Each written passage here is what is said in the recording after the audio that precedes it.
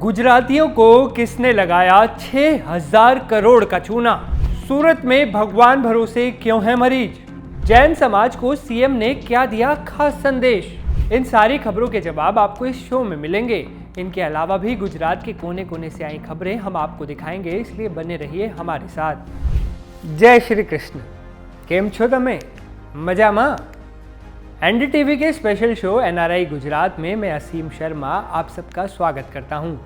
विदेश में बैठे बैठे आप अपनी मिट्टी, अपनी संस्कृति से जुड़े रहें, इसी सोच के साथ एनडीटीवी ने एक नई पहल शुरू की है। आपके जिले, आपकी तालुका, आपके गांव की खबर के साथ हम अपना नया शो लेकर आए हैं। इस शो में आपको गुजरात के कोने कोने से आई हर बड़ी और अहम खबर देखने को मिलेगी। शुरुआत करते हैं एक बड़ी खबर से। गुजरात के भोले भाले लोगों को 6,000 करोड़ का चूना लगाने के मामले में पुलिस का एक्शन लगातार जारी है। अब पुलिस को 360 करोड़ रुपए की जानकारी हाथ लगी है। गुजरात में 6,000 करोड़ का सबसे बड़ा घोटाला। बीजेड ग्रुप ने लगाया भोले भाले लोगों को बड़ा चूना। आज हमारी कंपनी में फिक्स डिपॉजिट करवा दो, 3 साल में दोगुने पैसे वापस ले लेना। आज पैसा जमा करवाओ, 6 महीने में 50% ब्याज ले लेना। आज छोटी सी इन्वेस्टमेंट हमारी कंपनी में करो, 2 महीने से हजारों रुपए का रिटर्न आना शुरू हो जाएगा। कुछ इसी तरह के झूठे वादे करके पूरे गुजरात में ठगी का मायाजाल बुना भूपेंद्र सिंह झाला ने। अलग अलग जिलों में अलग अलग कंपनियां खोलकर लोगों से इन्वेस्टमेंट करवाई और बाद में पैसे लेकर रफू चक्कर हो गया। आरोप है कि भूपेंद्र सिंह झाला की बातों के सम्मोहन में भोले भाले किसान, गरीब इंसान और पेंशन भोगी आ गए। इसके बाद उन्होंने भूपेंद्र झाला की बीजेड ग्रुप की झूठी स्कीम्स में निवेश करना शुरू कर दिया। आरोप है कि ये रकम बढ़ते बढ़ते 6,000 करोड़ रुपए तक पहुंच गई, जिसके बाद भूपेंद्र सिंह झाला 9-2-11 हो गया। देखिए, इसमें हमने हर एंगल पे इसकी तपास की है कि वो बाहर हो सकता है या इंडिया में हो सकता है, इंडिया में कहाँ कहाँ हो सकता है। तो वो हर पहलू पे मैं बहुत डिटेल में तो नहीं जा सकता, बट हम हर एंगल पे उसकी तपास कर रहे हैं। जैसे कि आपको बताया कि हमने एलओसी भी पहले जो है इशू कर दिया है और इंडिया में जहां हमें लग रहा है कि जहां जहां पॉसिबिलिटी उसकी हो सकती है वहां पे हमने टीमें भेजी भी हुई हैं। उसके अलावा जो हम टेक्निकली जो हम उसको ट्रेस कर सकते हैं, तो हर एंगल पे मतलब तपास जारी है। तो मुझे ऐसी उम्मीद है कि शायद जल्दी वो आ जाएगा। गांधीनगर हो गया, महसाणा हो गया और अरवली हो गया, 1-2 भोगवनारा में सूरत से भी मिले हैं। तो मोटा मोटा 8-9 जिले में से अभी जो है हमें माहिती आ रही है कि हम वहाँ पे ये सब चीजें चलती थी। लगभग 26 के आसपास इसकी ब्रांच थी, 26 ब्रांचेस थी इसकी मोटा मोटा लगभग। बीजेड फाइनेंशियल सर्विस ग्रुप के सीईओ भूपेंद्र सिंह झाला की ओर से कथित 6,000 करोड़ रुपए वसूलने के मामले की जांच कर रही गुजरात सीआईडी पुलिस ने गांधीनगर थाने में 3 और एफआईआर दर्ज की हैं।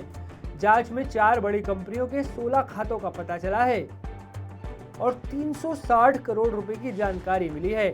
जांच में 100 करोड़ से ज्यादा की 18 संपत्तियां मिली हैं। पुलिस ने भूपेंद्र सिंह झाला के बैंक खातों को फ्रीज कर दिया है। उनके 16 अकाउंट्स हैं और उन 16 अकाउंट्स में से अभी मोटा मोटा जो है लगभग 360 करोड़ का जो है क्रेडिट इनके उसमें देखा गया है कि 360 करोड़ का इनके जो है इन्होंने पैसा लिया है। वो अभी प्राइमरी उस पर जो है हमें दिख रहा है कि ये 4 जो कंपनीज हैं इनकी, उसके 16 अकाउंट्स की मैं जानकारी आपको ये दे रहा हूँ।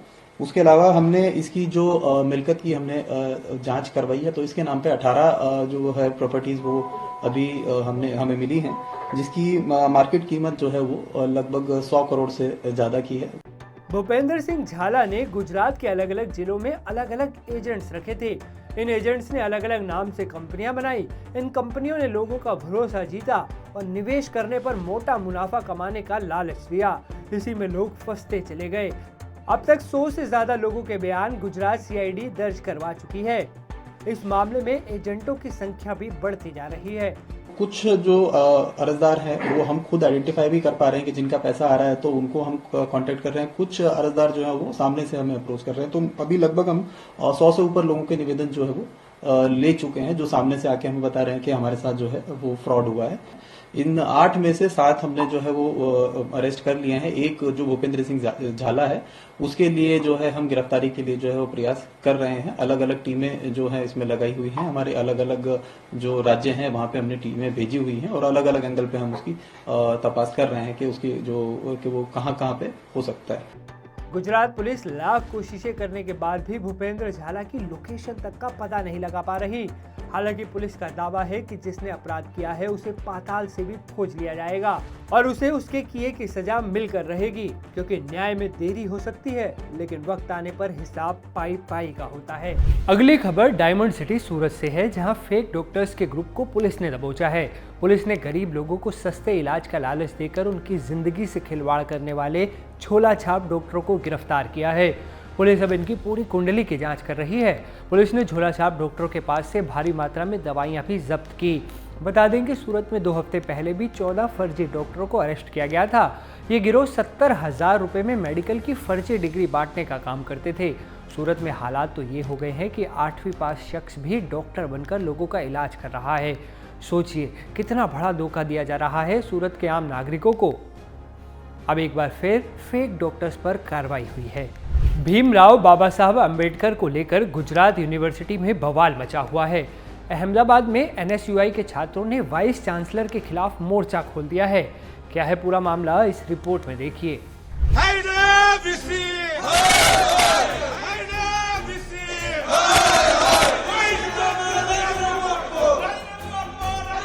दलित विरोधी ये VC नहीं चलेगी, नहीं चलेगी।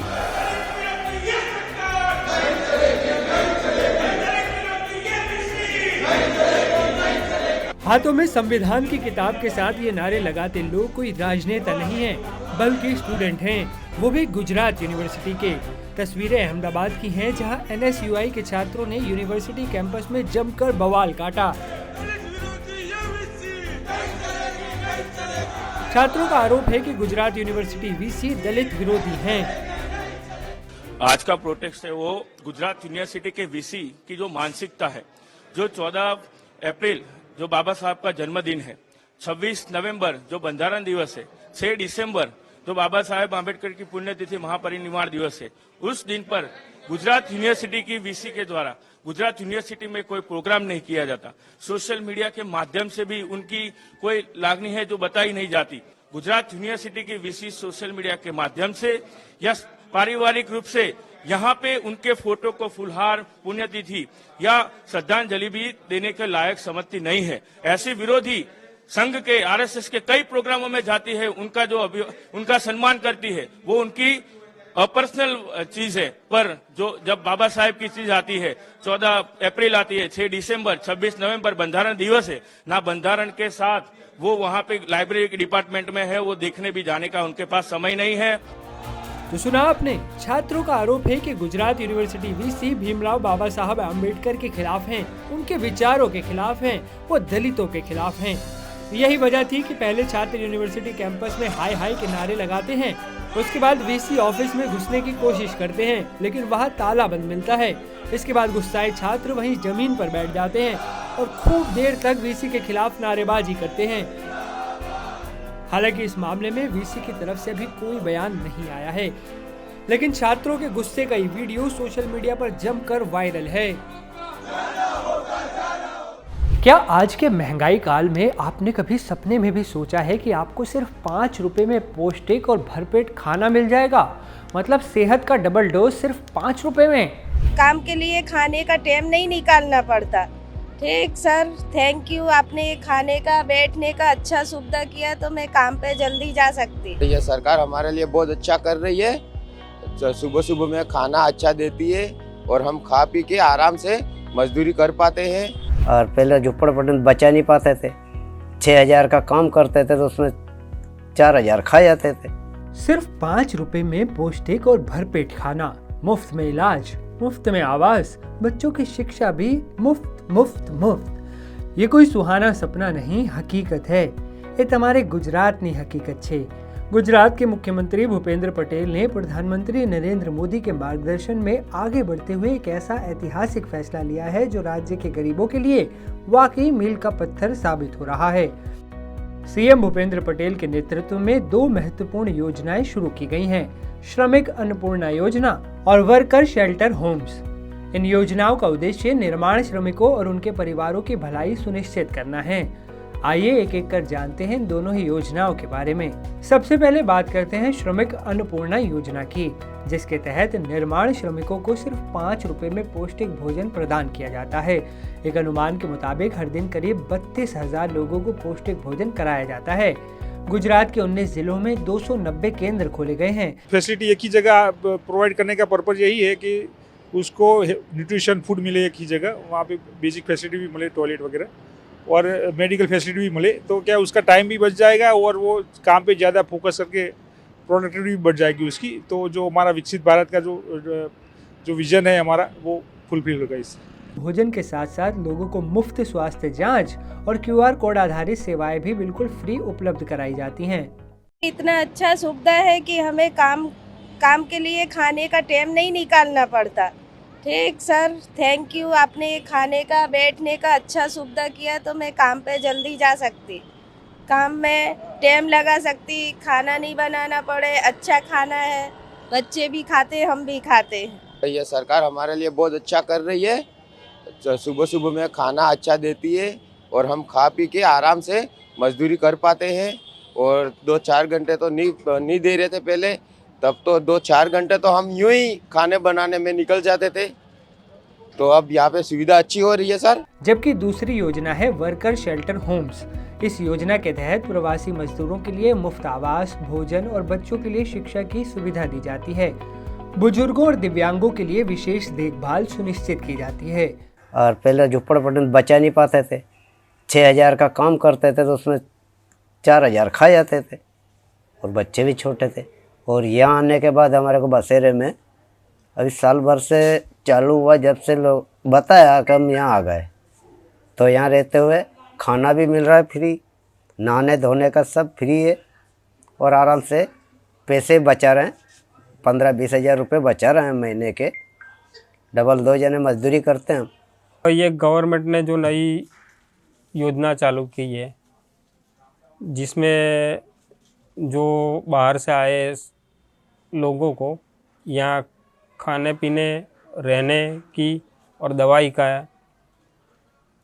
और सब रहने की सुविधा मिलती है, तो ये काफ़ी अच्छी योजना है। वाकई ये योजनाएं गुजरात सरकार की मजदूरों के प्रति प्रतिबद्धता और सम्मान को दर्शाती हैं। गुजरात के मुख्यमंत्री भूपेंद्र पटेल सिद्धांचल की पवित्र भूमि पालिताना पहुंचे, जहां उन्होंने जैन समाज के लोगों से एक स्पेशल अपील भी की।